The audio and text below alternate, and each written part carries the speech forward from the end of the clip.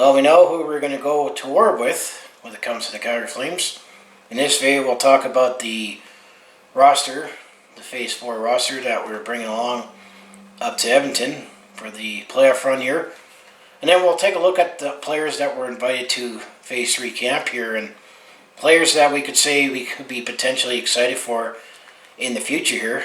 And, a couple players that were able to take part and, go through a few tutorials and drills here that could be bright spots in the future here.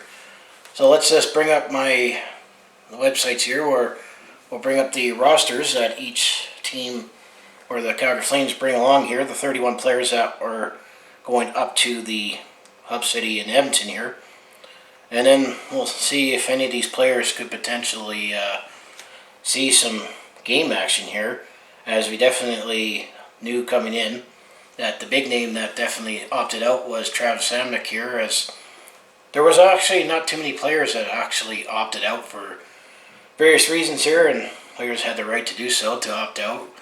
They would get no penalties or ratifications here, but they won't forfeit salary here. But Travis Hamonic was the only player that opted out here. But I'm going to say, looking at the names here, I still say we're pretty stacked on defense with or without Travis Hamonic here. So each team were allowed to bring 31 players along for the playoffs here, in case you have to go through your depth chart here, and for goalies here.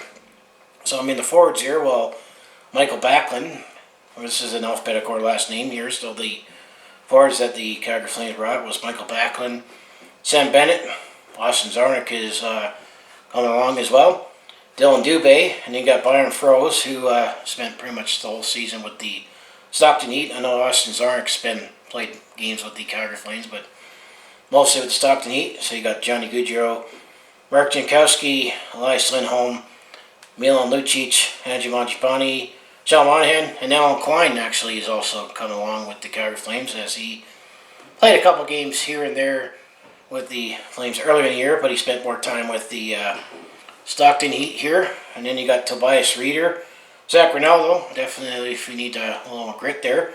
And then Buddy Rubs, who actually is buddies, no pun intended, with Johnny Gaudreau. You definitely notice when he's on the ice, as he's a tall player here, but he spent more time with the Stockton Heat here. And then around out the forwards, you got Derek Forbort and Matthew Tkachuk here. So definitely a lot of players that you expect here, unless they announced it that they were going to be opting out here. But Austin Czarnik, Byron Froese definitely, if you're really desperate, would go down there. And then you got Alan Quine and Buddy Robinson here. So other than Byron Froese here, all the forwards that we're bringing along here have at least played a game with the Flames this past season here. So when it comes to defensemen here, we already mentioned that Travis Hamonic opted out here, but obviously we're bringing on Rasmus Andersson, TJ Brodie, Derek Forbort, who we acquired at the deadline there from the Los Angeles Kings, Captain Mark Giordano, and then Erik Gustafsson, the guy that we got from the Chicago Blackhawks at the deadline here, Noah Hanifin. I definitely know how to say his last name now. I just didn't know exactly how to say his name when he first came here, as somebody bring up in my Doug Hamilton video. It's Noah Hanifin. And then Oliver Kylington here, Michael Stone. And then there's an interesting piece in Yusuf Al-Maki, as he definitely had that torn ACL there. But it's going to be interesting if he'll actually get some playing time here. I know strategically, I feel that they should keep him out here unless we really get decimated. But he hasn't played all season there. Needs more, give him as much time to rehab. Plus, there's the Seattle Kraken expansion draft considerations here, that if he plays, then that means you likely have to protect him. Well, if you don't play, then he's ineligible to even be exposed here, and you can use another spot to protect another defenseman or forward here, but there's still time to make decisions on that with the expansion draft. And then the last player is Alexander Yeltsin here. So basically all the defensemen here has played at least a game or two with the Calgary Flames here. I would definitely have to say, Michael Stone would definitely be the number 7 defenseman here, as he definitely has experience here, but I don't think he's good enough to be full-time, because we're deep in defenseman here.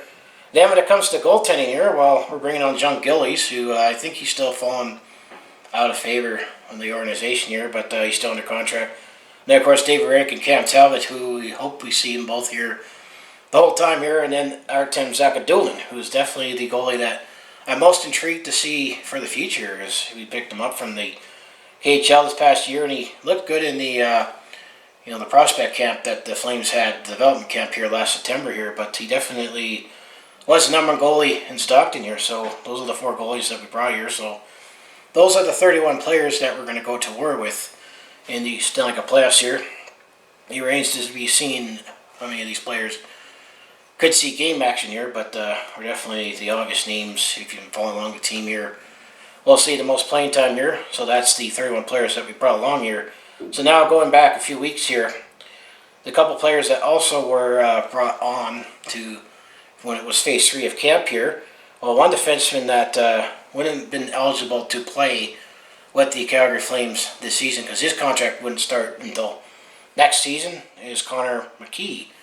If you go all the way back to March here, those were a couple NCAA defensemen or college defensemen that the Flames signed here that is going to start his contract next season here. But I would say definitely could have been some good experience to get exposed to NHL training camp here, which likely won't be till November that next season's training camp will begin here. And I think Connor McKee will definitely also maybe spend some time with the Stockton Heat initially here, as we definitely have a stock defensive group here, but also depends on how we go with free agency here. As TJ Brodie, Travis Hamonic, as well as Derek Forbort and Erik Gustafsson are all unrestricted free agents here, and Calgary's got some decisions to make there. I know the other player that we signed did not sign or take part in camp here was Colton Pullman. There was the other defenseman that we signed. You can look back to that video back in March here.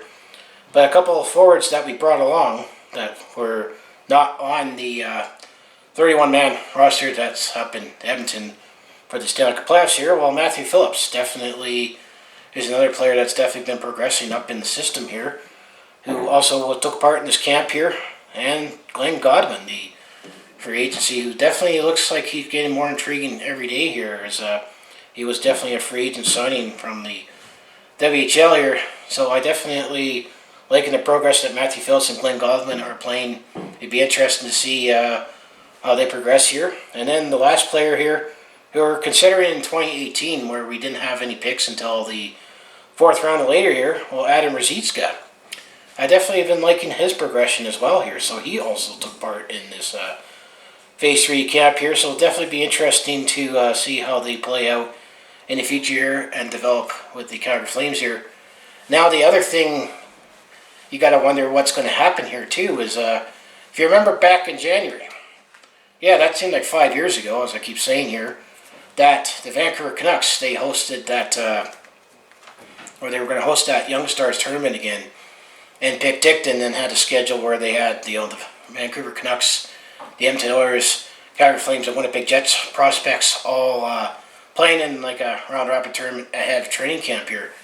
I haven't heard anything yet. I know I made that video back then, assuming that it was going to still happen. That we didn't know at the time there that this COVID-19 shit was going to get real and things are going to shut down here. But we got to wonder if that Young Stars tournament is still going to happen, and if it's still going to happen, will it happen later, like ahead of the training camp, let's say in November, or it's going to be a tighter off season, but I think likely that could be canceled. But that's the other thing that's still yet to be determined is the AHL, and then same with junior hockey with the WHL. I haven't heard anything yet.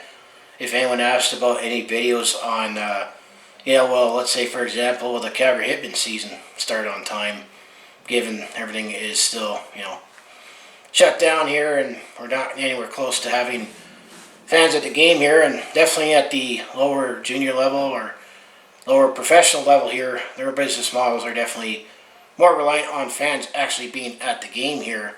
So I haven't heard anything yet about what's going to happen with that, or the Young Stars tournament, or any junior hockey yet.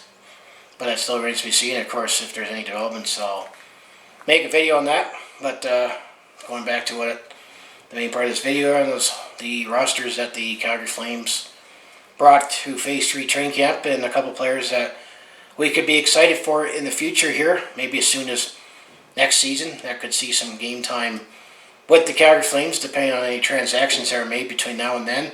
And then the 31 players that we're going to war with, in the Stanley Cup Playoffs here.